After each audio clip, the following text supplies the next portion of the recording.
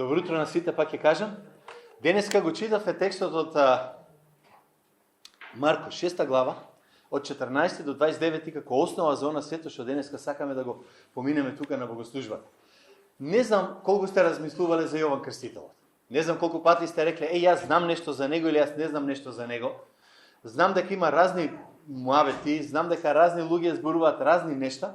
И убаво е да се вратиме на Библијата, ама сакам да го погледнеме само од еден аспект. Сакам да го погледнеме од аспект на тоа дека кога Јован Крстител беше убиен, и затоа така се вика и пораката денеска, беше убиен најголемиот од пророците. Така вели Господ Исус Христос. Така вели тој, мора да му веруваме. Исус рече, тој беше најголемиот роден од жена. Се сеќавате? Тоа го рече Исус, не е некој од нас тоа кажано. И интересно е дека ова е единствениот опис во Евангелието според Марко, кој се однесува за друга личност, а не за Господ Исус Христос. Се друго што е во Марко е строго исклучува за Исус, освен ова. Овој текст што го читате 14 до 29, и затоа мислам дека треба да се задржиме на ова. Тој беше претеча, нели тој што дојде пред Исус, што требаше да е пред него, но тој исто така му беше и братучет на Исус. Значи имаме од две страни беше тоа поврзано, ако смееме да кажеме. И оваа случка е стварно една многу интересна и шокантна, ама сакам да ви дадам една позадина право. Бидејќи без позадината малку е тешко да сватиме што се случуваше тука.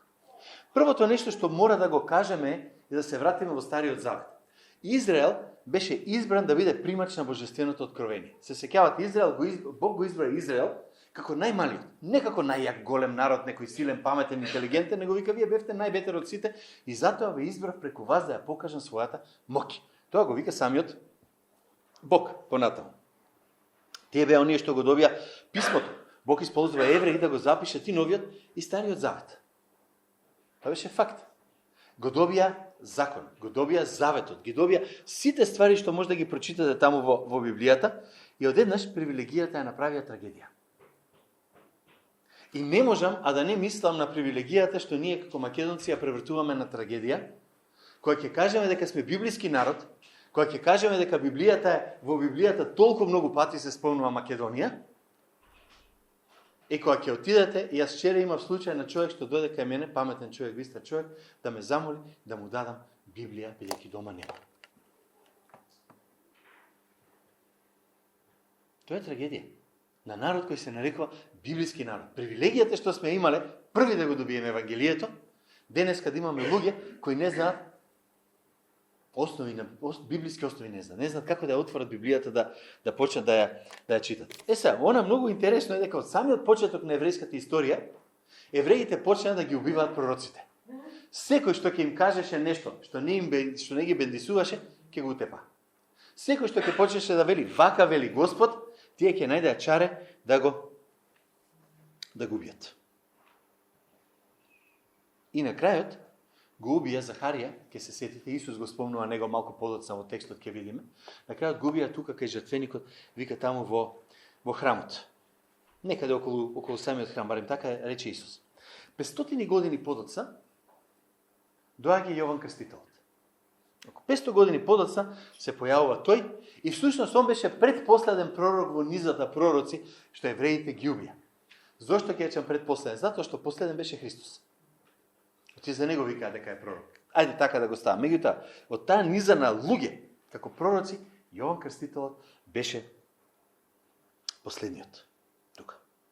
И всушност, она што му се случи на Јован Крстител, беше како еден преглед, превју, што викаат по филмовите, за она што ќе му се случи на Христос малку подоцна. И ќе видиме зошто тоа го велам на овој начин. Во Матеј 23 глава, 29 до 36 стих, Исус им се обраќа на книжниците и фарисеите и им го вика ова. Вели, тешко вам книжници и фарисеи и лицемери, зашто им дзидате гробници на пророците и ги украсувате спомениците на праведните, па велите, да живеевме во деновите на нашите татковци, немаше да станеме нивни соучесници во крвта на пророците. Со тоа сведочите за себе дека сте синови на оние што ги убиле пророците. Дополнете ја и вие мерата на вашите татковци. Змии, рожби, аспидини, како ќе побегнете од осудата за во пеколот? Затоа ете, јас праќам кај вас пророци и мудреци и книжници, Едни ќе убиете и распнете, други ќе камшикувате по вашите синагоги и ќе ги прогонувате од град по град, за да падне врз вас сета праведна крв што е пролеана на земјата од крвта на праведниот Авел, па до крвта на Захарија, синот на Варахија, кој го убивте меѓу храмот и жртвеникот. Вистина ви велам, се тоа ќе дојде врз ова поколение. Крвта вика на сите овие пророци што ги утепавте, ќе дојде врз ова поколение. И ако реално погледнете, стварно се случи така малку подоцна. За жал. И тогаш Исус продолжи и вика: Ерусалиме, Ерусалиме, ти што ги убиваш пророците и со камења ги засипуваш испратените кај тебе. Колку пати сакав да ги соберам твоите чеда како квачката што ги собира своите пилиња под кријата, но вие не сакавте. Еве ви се остава пуст вашиот дом. Ова е една, за мене барем една најчудна, најшокантна, најсудбоносна можда осуда дадена на еден народ. Имавте се што ви треба. Добивте се што ви е потребно. Сите пророци ви кажа се што треба. Сите писма ги имавте, се имавте. И рековте, не ни треба сето тоа, ќе одиме до крај и се живо ќе спотепаме што нема да ни е по кеф. Не по кефот и не ми се допагаш како личност, тука не ми е по кеф тоа што Господ го зборува преку тебе. Тука беше трагедијата. И во сето тоа милје, кулминацијата на се тоа, ако сакате, е убиството на Јован Крстител. Тука. Евреите, во крајна сметка, го отфрлија Исус во еден момент и почна да ја барат неговата крв, ви текнува. Распни го, почна да викаат таму на едно место. Они вистина дека го отфрлија Исус, ама реалноста беше дека пред него го отфрлија Јован Крстител. И има логика. Јован зборуваше за Христос дека ќе дојде, Јован го нагласи неговото доаѓање, логично беше кој не го сака Христос, да не го сака ни Јован. Ај размислете малку. Едниот беше гласникот, другиот беше тој за кого гласот дојде, не го сака тој за кого гласот дојде и гласникот си го изеде. Реалноста беше дека тие не сакаа да слушнат ништо повеќе. Сега, ќе речете, вистина дека евреите не го убија Јован Крстител, Ирод го уби. Ама тие стоја од страна, ќе видиме, ништо не направи. Вистина дека евреите не го убија ни Христос. Римјаните го убија. Ама стоја од страна и вика, Распни го уби го. Значи, не можеа да кажат како исто како овие луѓе, што беа во текстот, нашите татковци ги утепаа пророците, ние немаме ништо со тоа, да беше до нас, немаше тоа да се случи. Исус вика, до вас е и се случува. Зошто е тоа важно? Направете си паралела со нас денеска. Нас да ни се проповедаше Евангелието како апостол Павле што го проповедаше, ние ќе бевме поинакви денес. Немаше да биде, ќе бевме исти. И ако човек не се покае денес, ако не се покае во времето на Павле, иста судбина го чека. Тоа е она поентата тука што за која зборувам. Во Маркова 6 глава веќе кога доаѓаме во текстот, Јован е веќе во затвор. Јован Крстител е веќе затворен. Кога? Па, ако ги гледате паралелно Евангелијата, изгледа дека е уопштен веднаш после искушувањето на Исус. Се сеќавате, Исус се крсти во реката Јордан, излезе, нели Духот Свети слезе врз него и потоа замина во пустината. Беше искушуван и после тоа веќе ние не слушаме за Јован. И ако и погледнете синоптичките Евангелија, изгледа дека Јован беше во тоа време фатен и веќе фрлен во затвор. Ако ги го гледате периодот како се движи, отприлика 1 година е Јован во затвор пред да го убијат. Барем 1 година е тука некаде во затвор. Затворен. Каде, како ќе видиме малку подоцна. И убаво е да разбереме што се случува и зошто всушност Ирод тргна против самиот против Јован. Што стана? Во 14 стих вика и царот Ирод слушна за Исус. Добро да? Исус проповедаше насекаде. Сите знаеа за Исус, нели? Цела Галилеја таму, Јудеја, Самарија, сите зборуваа, сите зуеа за Исус таму. Како тоа одеднаш он слушна? Се случи нешто интересно. Да ве вратам назад на 7 стих во Марко 6 глава, погледнете. Вика ги повика 12-те и почна да ги праќа по двајца и им даде власт над нечистите духови. Така стои во текстот. Кога ги пушти, им рече одете. Што се случува? Исус работеше, правеше чуда, знаци, исцелуваше, подигаше од мртви и така натаму и во еден момент, како се ближеше неговиот момент кога требаше да го фатат, тој ги овласти учениците, двајца по двајца и ги пушти и рече, одете, правете го истото ја што го правам. Со неговата власт, со неговата моќ ги пушти на сите страни и ако видите 12 и 13 стих, вика тие појдаа и проповедаа покаяние. Прво, пазете, проповедаа покаяние.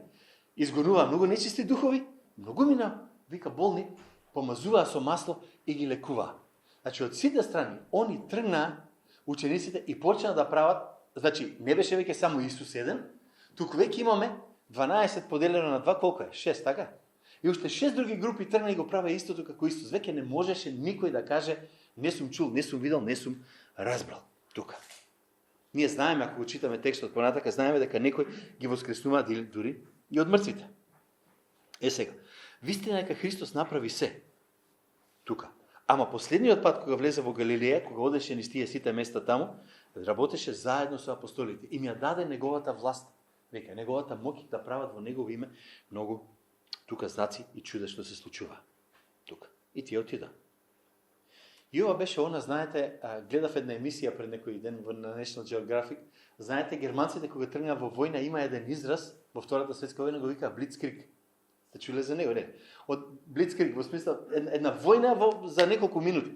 Ја покорија Чешка, Словачка, нели таму Полска, Австрија, влегла за неколку недели, месеци, покорија еден куп од Европа.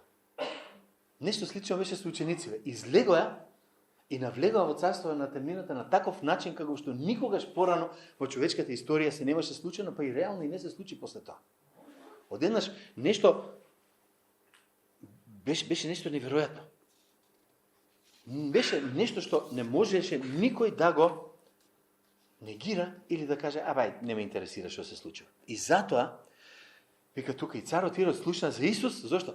Зашто се прочу неговото име. Сега, овој Ирод живееше во Тиверијада. Тиверијада беше град изграден по име на Тивери, нели Тибериус, овој што беше еден римски таму Цезар. Ама беше градот изграден врз едни стари еврејски гробишта. И евреите никогаш не влегуваа во него. Правоверните евреи. Зошто?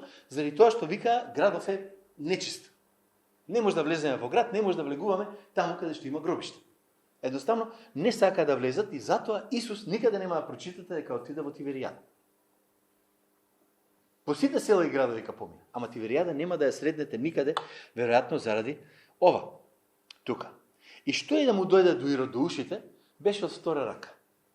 Некој му кажува што некој чул, некој прави. Ама, кога сега веќе многу пати се случува она што Исус го прави, не може да не му се врати. И ова ни кажува нешто многу важно. Се што правеа во името, се што прави учениците, беше во името на Исус и беше за негова слава. Ништо од тоа што правеа, не го правеа да покажат, гледате на кои сме ние. Видете, ние сме ученици на Христос, гледате што правиме. Не. Цел време беше, ова го правиме во името на Господ Исус Христос. Знак на вистински, знак на лажен пророк и денеска. Кога ќе видите овие денешни шоумени што сакаат да прават знаци, чуда и така натака, видете во чие име го прават. Ако не е во името на Господ Исус Христос, заборавете ги.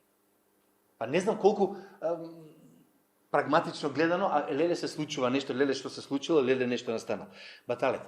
Дела 3 глава ќе се сетите. Кога Петар и Јован влегуваат во храмот, имаше таму еден сакат човек што стоеше и вика, сребро и злато немам, ама не вика, јас ти реков стани? Не, туку вика, во името на Исус Христос ти викам стани и оди. Се што праве и после кога ги ставија пред Синедрионот, вика, он е Исус, во негово име проповедаме, во негово име исцелуваме, неговата сила е таа што работи. Не јас, тој. Многу важна, многу убава работа тука. Иако пророците во минатото правеа чуда, двајца од нив Илија и Елисеј реално воскреснуваа и мртви. Ќе ви текне, нели? И тоа се случуваше. Ниту еден пророк не покаже ваква моќ и сила како сега што се случува. Како она што го прави Христос преку себе и преку неговите ученици. И тоа дојде до Ирод. И многу е интересно каква беше реакцијата на луѓето наоколу. Луѓето почна да викаат Јован Крстител воскреснал од мртвите. Едно објаснување. Ирод го уби, може би воскреснал од мртвите и сега се вратил да го прогонува. Ставете се во негова ситуација, ставете се во негова кожа. На Ирод тоа не ми се допаѓа. Погледнете што пишува во Лука 9 глава 7 до 9 стих, истиот паралелен текст е овај. Штом тетрархот Ирод, четворовласникот Ирод, слушна што прави тој, беше збунет, Зашто некои велеа дека Јован воскреснал од мртвите, други пак дека се појавил Илија, а некои дека воскреснал еден од древните пророци. А Ирод рече, на Јован јас му ја отсеков главата, но кој е овој за кого слушам такви нешта? И сакаше да го види. Најлошото можно сценарио за Ирод беше дека воскреснал Јован.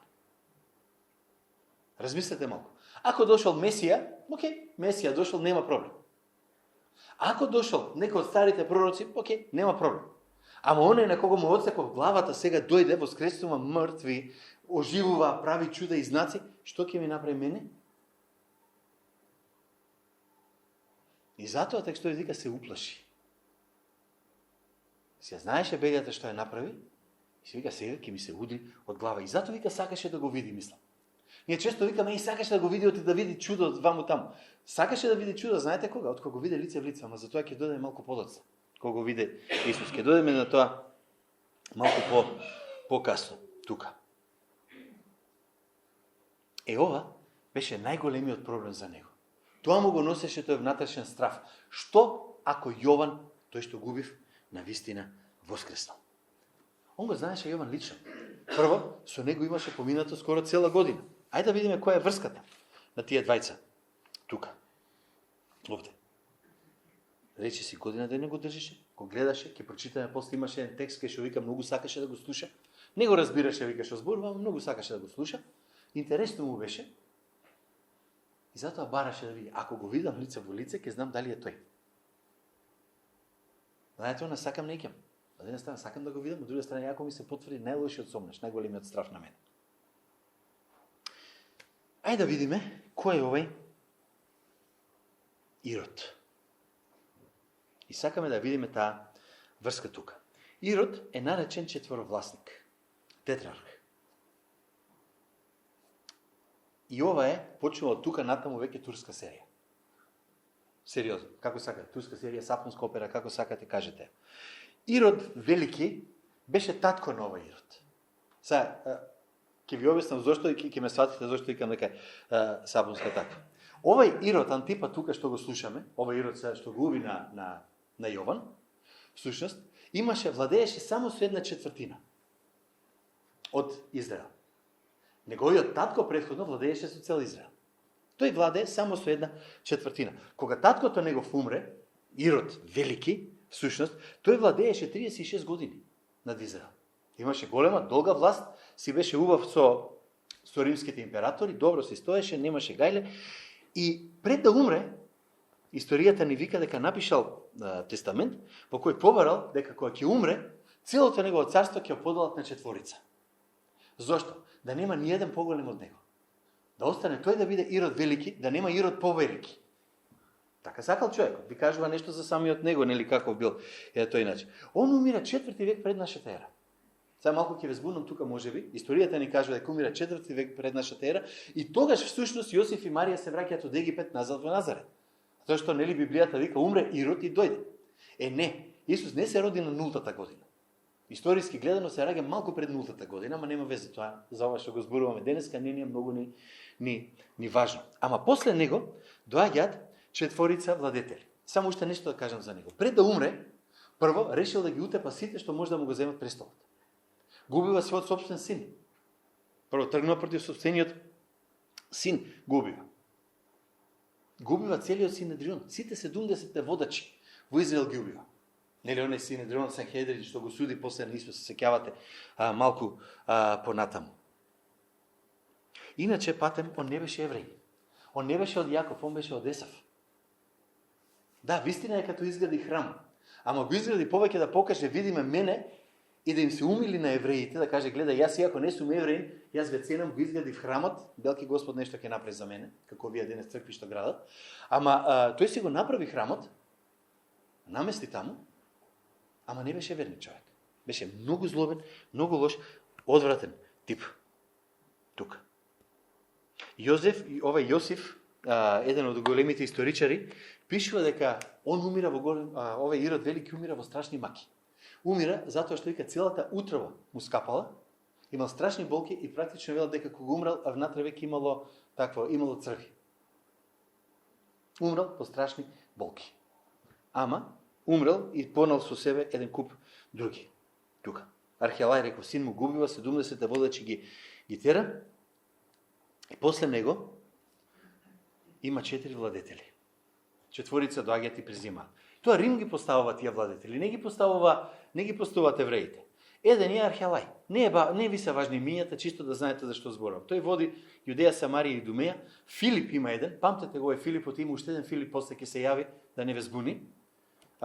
Лисини или Лисани, како сакате. Ирод Антипа, ова Ирод што го убива уствари на Јован Крстителот.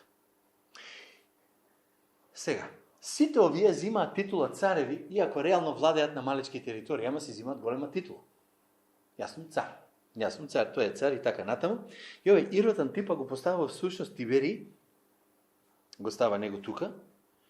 И иако овие првите тројца што ги спомнувам, Архелај, Филип и Лисани, релативно малку владеат, овој, всушност тука, Антипа, владее речиси 40 години.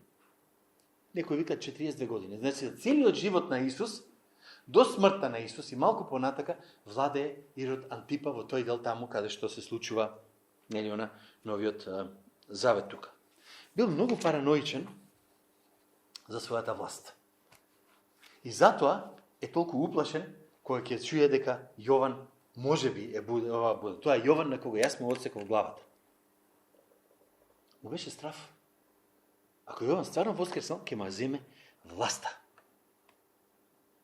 Ке се сетите дека во Лука 13 глава, 31 и 32 стих, ова е паралелен текст, затоа ги читам така, вели вака: во тој ден пристапија некои фарисеи и му рекоа, ова се однесува на Исус, пате, не се чудете, ќе дојдеме до Јован. Ова е само малку како одокол да ви дадам информација. Во тој ден пристапија некои фарисеи и му рекоа: излези и оди си одовде, зашто Ирод сака да те убие. Одговорот на Исус вика и им рече: одете и кажете ни на таа лисица, ете истерувам демони и исцелувам денес и утре, на третиот ден ќе завршам. Ова е една фраза, ова не е дека баш буквално за утре ќе заврши, туку поентата е кога ќе ми заврши работата, тогаш ќе може да ми направи нешто. До тогаш не ми може ништо. Бидејќи изгледа, а ќе видиме дека евреите шуруваа со овој Ирод, затоа доаѓаат и викаат: овој сака да те убие. Исус вика: нема да може да ме убие додека не дојде моето време. Мене нема да ми се случи тоа што му се случи на Јован. Исус е многу јасен овде дека оди. И затоа Светиот Дух ни кажува како се случува се тоа. Јован Крстител крштаваше во Јордан. Ирод изгледа испрати некои луѓе таму кај него да го донесат, да го фатат и го затворија во затвор. Има една тврдина таму во која живееше Ирод, ќе дојдеме до неја, и веројатно таму беше и затвор. Ама зошто се случува? Што па му пречеше на Ирод ова? Што му пречеше Јован Крстител? И тука доаѓаме до некој проблем на Иродијада. Жената, која е тука малку спомната. И иако Јован Крстител беше скоро цела година во затвор, во Лука 7:18 читаме дека учениците на Јован можеа да го посетуваат. Одеа во затворот, го посетуваа, значи не му беше чак толку лошо. Споредено со она како би можело да му биде кога е во затвор. Ама, сега доаѓаме до она што јас го реков турска серија или сапунска опера без преседан. Интересно е дека, ако го читате текстот, ќе забележите дека Иродијада не е наречена негова жена, туку е наречена жена на брат му Филип. Зошто? Затоа што Ирод Антипа се ожени со неја, ама брат му не ја разведе. Почнуваме сега со серијата. Како одат тие работи. Ирод веќе беше во брак. И тоа имаше жена која беше уствари ќерка на еден наватејски таму цар, ни се вели. И ќе видиме што се случи таму со тој проблем на царот Арета. Сега, сакам малку се помачив, за вас што ме гледате онлайн, ова нема да го видите, освен ако Никола не најде начин да го уфрли, ама за вас што сте тука, сакам да ви дадам еден графикон. Да го погледнете, за да сватите зашто зборомот и многу тешко се следи ова, ако не можете да го видите. Ирод Велики имал 10 жени. Секоја што му родила син, сакала да му даде на синот име Ирод. Океј? Да се знае дека мојот син ќе биде наследникот. Во ред? До тука се следиме. Разбираме што кажуваме. Фино.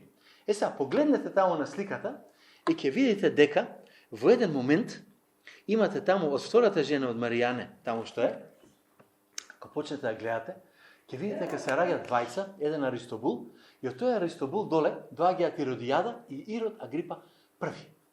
Така? Фино. Ај видите каде тука се наоѓа Филип. Од втората жена, така ли? Во Марко 6 глава 17-18 стих е спомнато таму. Тој е Филип први, ја што сум го напишал. Тој Филип всушност не му дозволуваат да биде дел од царското семејство. Од некоја причина тој не е во Галилеја, тој живее во Рим. Не е цар, не е во царска палата, си живее на страна некаде и Ирод Антипа оди да си го види својот полубрат. Оди во Рим. Кога оди таму, фрла мерак на жена. Жена му се вика Иродијада. Во тоа време Иродијада е во брак со практично свој прв братучет. Филип. Да. Ево ви го графиконот, ако попаметно од мене го постави. Ирод сега вика, оваа, моја прва братучетка нема да е со нејзиот прв братчет, туку ќе биде со мене. Ја зима од таму и си ја носи дома. Ама во меѓувреме треба да се разведе. За да се разведе од неа, неговиот дедо не го сваќа тоа многу убаво, многу фино, тргнува и за малку ќе го уништеше Ирод Антипа, ќе го сгазеше во Галилеја, ако римјаните не му помогнаа да се спаси. Значи, прво страшно крвопролевање се случи, затоа што едниот си зема првата братучета, а после другиот прв братучет му ја зема првата братучета, не е претходна. Леле. Страшни работи, нели? До тука страшно. Ама, погледнете кај се наоѓа Ирод Антипа во оваа група. Повторно, од инцест во инцест во инцест. Имаме цело време некој хаос. Односно, двајца први полубратучети се зима заедно. Сега, како завршува оваа сага? Чисто за ваша информација. Кога Калигула стана Цезар, или Кајсер, како сакате по македонски, сте чуле за Калигула, нели? Еден од оние таму што е од оние таму царчиња што ги имаме, Ирод Агрипа, не Ирод Антипа, Ирод Агрипа, сака да го земе делот на едниот од оние тетраси што е веќе мртов, да не спомнам име, да не ве збркам. И оди кај Калигула, ама во исто време Иродијада му вика на низиниот сега маж Антипа, оди, представи се на Калигула и побара его да ти го дадат вториот дел да станеш цар на пола. Ама овој првиот Ирод, тука што е Агрипа, успел прв да стигне до Калигула. Му објаснил дека неговиот прв братуче што ќе дојде Антипа е лош, дека му прави проблеми, дека ќе му направи белја и така натаму, да не кажуваме што се направил. И кога доаѓа Ирод Антипа да каже: "О, царе, сакам да побарам од тебе нешто", Калигула вика: "Ти и твојата жена одите во прогонство." Го зема царството и го фрла во прогонство. Значи, како тргна проблемот со таа жена што не му беше жена, го отера да нема ништо. Се упропастија двајцата до крај. Сега, како сега влегува тука Јован во цело овој муабет? Во стих 18. Јован му велеше на Ирод: "Не ти е дозволено да имаш жената на твојот брат. Ти спиеш со туѓа жена." Просто и едноставно, ништо повеќе, ништо помалку. Верувам дека сигурно му ги спомнал и од Левит, таму кај што вика: "Немој да се жените толку близко" и така натаму, жените мажење и така натаму и така натаму. Сигурно го има спомна тоа. Ама Ирод не ги ше слуша. И тука ни кажува на еден превод дека тој постојано му зборуваше на Ирод. Со други зборови не заќутуваше. Ако се слушаше за Ирод, Ирод не смее да го прави тоа. Ако продолжеше веројатно некој муабет, Ирод не смее да го прави тоа. И верувајте ми, од она што го знаеме за Јован Крстител, сигурно не било проповед од една реченица. Така кажува еден коментатор, вика: "Ако гледате како Јован проповедаше во пустината, кога му проповедал на Ирод и кога му викал: "Не е во ред тоа што го правиш", сигурно не било немој така чеdo. Било малку по-јако, сигурно малку по-оштро. И затоа читаме во 19 стих: "Иродијада се озлоби против него и сакаше да го убие, ама не можеше." Зошто не можеше да го убие? Не и пукна филм, сакаше да го заќути. Доста веќе, цело време и го подсетува и го кажува греот. И го кажува греот, не ја остава да не мисли на него. Видете што вика 20 стих. Ирод се плашеше од Јован, знаејќи дека тој е праведен и свет човек и го штитеше. Многу работи вршеше од кога ќе го слушнеше, а со задоволство го слушаше. Од една страна ќе го послушам за се, освен за она што ми е најголемиот проблем, ама него некад да го решам. Остави ја бе таа жена, гледаш ке те однесе у пропаст. Не. Си ја задржи и отида у пропаст. Това е реалност. За жал, тука така испада работата. Мислам дека и Ирод веројатно сакаше да го убие. А вика тука се плашеше. Се викаше, ај сега на сето зло што сум го направил у животот, уште Божи човек ли да убием? Предпоставам дека не му беше баш најправо за тоа што го зборува, ама може би и не разбираше што зборува за Месијата. Ма знаете, може би луѓе денес ќе кажат, јас не разбирам нешто за Исус, не разбирам како може да е Бог и човек и така натак. Може би тоа не го разбираш, ама проблем ли ти е да разбереш што е не лажи? Проблем е да разбереш не краде. Проблем ли е да разбереш не врши прелюба. Проблем ли е да разбереш почитувајќи таткото и мајките да се продолжат деновите на земјата. Мислам дека нема никој што му е тешко тоа да го разбере, да каже чекај сега.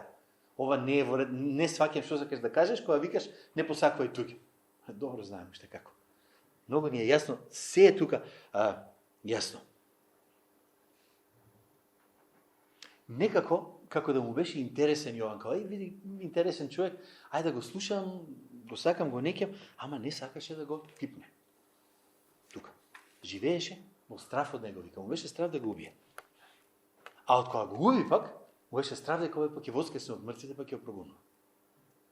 Значи, од двете страни имаше проблем, што не можеше сам да си го реши. И тогаш дојде оној стратешки ден, ако смеам така да го кажам. Погоден ден. Роден денот на Ирод. И настана погоден ден кога Ирод за својот роден ден им приготви вечера, забележете кој е поканет тука, на своите кнезови, началници и галилејски старешини. Ке видиме кои се тие ствари. Интересно е дека евреите традиционално ги мразеа овие паганските прослави и традиционално во еврејска култура роден денот не беше нешто многу важно. Затоа тоа е една од причините зашто например роден денот на Исус почна многу подоцна да се слави. А не од самиот почеток, не после неговата смрт, да кажем, или така. Историски, ако ви интересира само. Тука. Ама, роденденов, ваквите забави беа еден убав прекрасен начин да имаат луѓето изговор да си имаат едно неморално однесување. И дури еден коментатор за ова што го читав, вика дека во времето на овој Ирод Антипа таму имало еден израз што го користеле често римјаните Иродес Натале, роденденот на Ирод, која сакале да кажат дека ова е баханали, ова е лудница. Забавата беше луда. Толку бил, значи, расипан и одел во екстрем што ќе го прави тоа. И тоа било тоа. И се ги кани сите овие луѓе. Забележете, кога ќе каже тука, вели кнезови, зборува за сите благородници, римјани таму околу него што се сите собрани таму, началници, тука се воените и другите таму, галилејските старешини. Сите овие што се коментатори се согласуваат дека тоа се евреи кои шуруваат со него, кои поднатаму во Лука се спомнати како и родовци. Знаете, луѓе и родовци, со други збори, тие евреи сме, не сме баш како него, ама сме блиско до него, од имаме ќар. Дури еден коментатор нова вика, тука беа сите они евреи што имаа франшиза да собираат данок. Не, како Матеј, што беше цариникот, како Заке, што беше цариникот. Значи, сите кремала крем што е на општеството, во тоа време денек, сите се тука внатре на забава. Тука. Сега, се сеќавате дека овие иродовци после, заедно со фарисеите се обидуваат да губиат Исуса, ама тоа е веќе друга случка. И патем, ова е машка забава. Тука жени нема. Само мажи се присутни и певачките и овие што играат, играчиците. И вика, влезе ќерката на Иродијада, играше и им угоди на гостите. Тука. Сите што сме родители знаеме дека нема да ни е право да кажеме мојата ќерка ќе ја пуштам да игра, да забавува како певачица, како да не кажам нешто друго, да забавува гости на забава. И тоа надбива на луда забава. Иродијада ја пушти ќерка си таму. Ирод си ја прифати внука му, покерка му, да игра за сите гости. Него му беше супер. Не само што му беше супер, туку толку се возбуди Ирод, тука тргна и направи проблем. Историјата ни вика дека она била веројатно 15-16 годишна. Тука некаде се случува. И Јосиф вика вака, беше срамота, вика, да се танцува така пред гости. Беше двојна срамота принцеза да танцува така пред гости, беше тројна срамота мајка да пушти керка да танцува така пред гости. Значи, ова не беше нешто нормално во тоа време, па да каде, па да, пуштил керката да си изигра еднора. Не. Ова си ја пуштил ти на неа веќе во клуб. Тука. Пред само мажи и така натаму. И Ирод едноставно одлепува. И во 23 стих вика и се заколна, што и да побараш од мене, ќе ти дадам дури пола од моето царство. Пола од четвртина? Знам, немаше кој знае што да може да понуди човеков тука реално. И ова беше лудница. Ова беше апсолутна лудост од него. Тој немаше право да го даде дури и да можеше. Реално, ако кажеше она, ево го сакам пола твое царство, он немаше да може да го даде. Зошто? Затоа што Рим требаше да одобри. Ај што е похотник, ај што е развратен, и што е лажго од озгора. И не знае што зборува. Едноставно, тресна нешто што стварно не требаше да го каже. Тука, ова го поминав. Тука. Девојкава што прави? 15-16 годишна. Веднаш со брзање влезе, вика, отиде кај мајка ја праша што да барам, и ова вика сакам главата на Јован Крстител. Таа се враќа и веднаш со брзање влезе кај царот и побара говорејќи, сакам уште сега на чинија да ми ја дадеш главата на Јован Крстител. Што памет може да има 15-16 годишно девојче да побара вакво нешто? Што мајка ќе натера свое дете да направи нешто вакво? Тука. Реално, срамот очигледно не беше дел од вокабуларот на овие тука луѓе што беа околу. Тука. И сега веќе царот заглави. Царот се натажи, вика, и сега некако доблесно изгледа на прв поглед, заради заклетвата на гостите, не сакаше да откаже. Што да голем, можеше да каже, леле, пијан сум, глуп сум, извини, сгрешив. Не. Вика. И царот веднаш испрати джелат, му нареди да ја донесат неговата глава. Тој отиде во затворот, го обезглави, ја донесе неговата глава на чинија, па ја предаде на девојката, а девојката ја предаде на својата мајка. Ова не беше нешто ново, невидено во тоа време. Многу пати луѓето сакаат да кажат, донеси ми ја главата на тој да знам дека е стварно мртв. Нели? Подобро од тоа здрави, не бара рака, нога, глава е исече, нели? Веќе нема од тука ништо, дури историски. Ние знаеме дека кога главата на Кикеро ја донеле на Фулвија, нели? Жената на Марко Антони, таа вика ја плукна главата, му го извади јазикот на Кикеро и го избодала со игла, демек од бес, затоа што тој толку многу зборувал против Марко Антони, против Маши. Значи ова не е прво да се случи, ама толкова злоба, такви лоши работи, чудно. И по една година во затвор Јован е веќе мртов. Тој си замина веќе таму кај што замина, кај Господа. И сега доаѓаме до непоследниот стих, теоретски, кога неговите ученици слушнаа, дојдаа, го зема неговото тело и го положија во гроб. И тука би требало да заврши.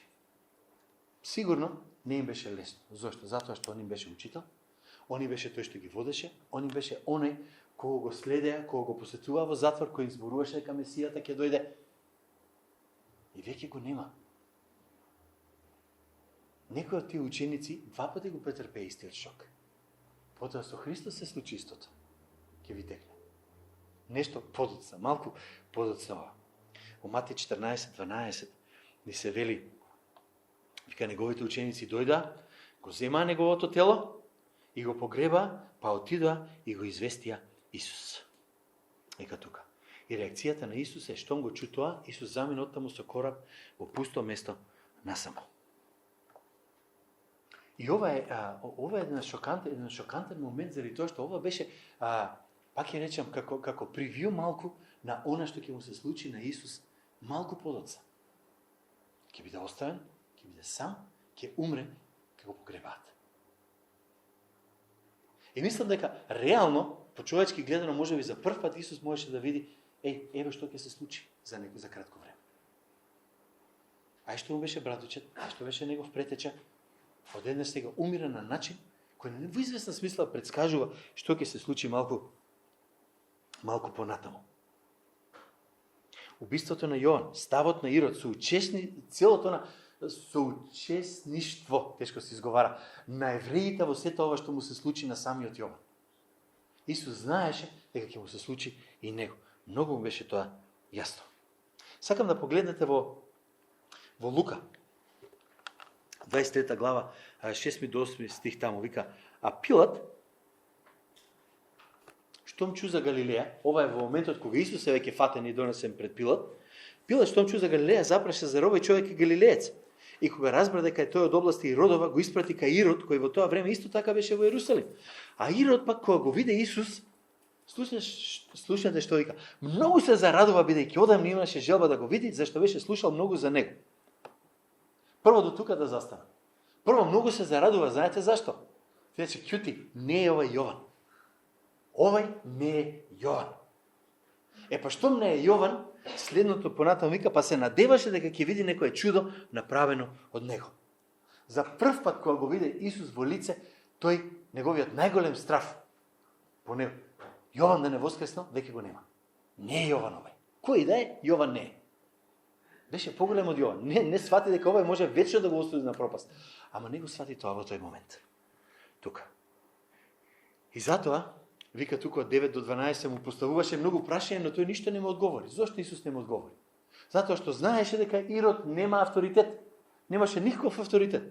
А првосвештениците и книжниците, гледате, жестоко го обвинуваа. Ирод пак откако го со своите војници, откако го омаловажи, го исмеа, му облече раскошно облек и го прати назад кај Пилат. И во тој ден Пилат и Ирод станаа пријатели, зашто претходно беа во меѓусебно непријателство. Знаете зашто беа претходно непријателство? Да ве вратам на таа шемата таму горе, кога еден од тие таму на шемата престана да биде тетрарх, го ставија на негово место Пилат. Прво беа као, овој доби повеќе над повеќе владеа отколку јас, а се одеднаш станаа пријатели. Зошто? Непријателството кон Исус ги зближи. Непријателството кон Исус беше она што ги зближи, што ги донесе двајцата заедно.